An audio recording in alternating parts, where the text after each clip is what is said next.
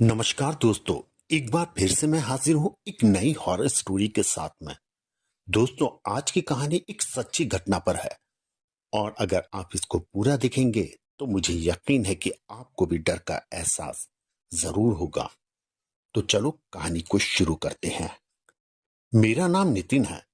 मैं एक दिन अपने दोस्त साहिल से मिला, जो कि मध्य प्रदेश ग्वालियर का रहने वाला था। हम लोगों ने तय किया कि क्यों न कहीं घूम कर आया जाए। साहिल ने कहा कि यहाँ से कुछ किलोमीटर दूर एक घना जंगल है।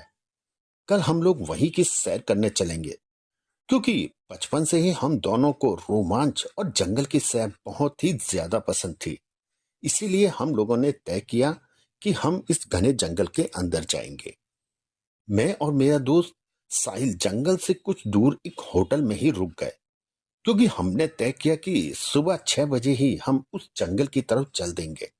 और फिर सुबह हमने अपना अपना जरूरी सामान लिया और जंगल की तरफ चल देते हैं। अभी हम जंगल में प्रवेश ही किए थे कि मुझे वहां कुछ अजीब सी चीजों का एहसास हुआ। जंगल में चारों तरफ एक सन्नाटा सा पसरा हुआ था और मुझे कुछ भी वहां पर सामान्य नहीं लग रहा था। मैंने ये सब बात साहिल को बताया, लेकिन उसे कुछ भी अजीब ना लगा, क्योंकि वो ज्यादा से ज्यादा जंगल को एक्सप्लोर करना चाहता था और जंगल का रोमांच इंजॉय करना चाहता था। मैंने उसे रोकना चाहा, लेकिन उसने तो मेरी एक बात ना सुनी और फिर हम जंगल की तरफ आगे बढ़ते। जंगल में एक बड़ी सी नदी थी। नदी पार करके हमने देखा कि वहां एक बड़ी सी सड़क है। यहां मुझे लगा कि अब हम सुरक्षित हैं। जहां एक बार फिर मैंने उसे जंगल में हो रही कुछ अजीब अजीब चीजों की तरफ इशारा किया, लेकिन हर बार की तरह मेरे दोस्त ने उन सब चीजों को अनदेखा कर दिया और फिर हम जंगलों के बीचों बीच पहुंच गए। तभी साहिल को जंगलों के बीचों बीच एक बड़ा सा खंडर नजर आया, जो एक समय बड़ी सी हवेली रहा होगा, जो अब एक इस पुराने खंडर में तब्दील हो चुका है। अब साहिल ने उस हवेली के अंदर जाने का निश्चय किया, लेकिन मैंने उसे एक बार फिर से वहां पर किसी तरह की आत्मा होने का आभास कराया, जो मैं पूरे रास्ते लगातार महसूस कर रहा था। लेकिन मेरे दोस्त ने कहा कि वो इसके अंदर जाकर यहाँ का इतिहास जानना चाहता है। अब साहिल और मैं किले के अंदर प्रवेश करते हैं। अंदर सब कुछ सामान्य था। इसके अंदर बहुत से पुरानी चीजें रखी हुई थी, लेकिन साहिल लगातार एक बात कह रहा था कि वो तुझे यहाँ पर कुछ नया दिखाएगा। अब मैं और साहिल उस हवेली से बाहर आ जाते हैं, लेकिन मैं बोलता हूं कि मुझे कुछ ऐसा लगता है कि हमारे साथ कोई चल रहा है। लेकिन साहिल ने मेरी एक बात ना सुनी। अब हमने नदी पार की और सड़क पर पहुंच गए। मुझे लगा कि अब हम पूरी तरह से सुरक्षित हैं। फिर एक बार साहिल से कहा कि ऐसा लगता है कि हमारे साथ कोई तीसरा भी है, लेकिन साहिल ने मेरी बात नहीं सुनी और अनसुनी कर दी पूरी तरह से। अब हम जंगल से बाहर आ चुके थे, लेकिन मैं अभी भी बहुत ज्यादा डरा और घबराया हुआ था।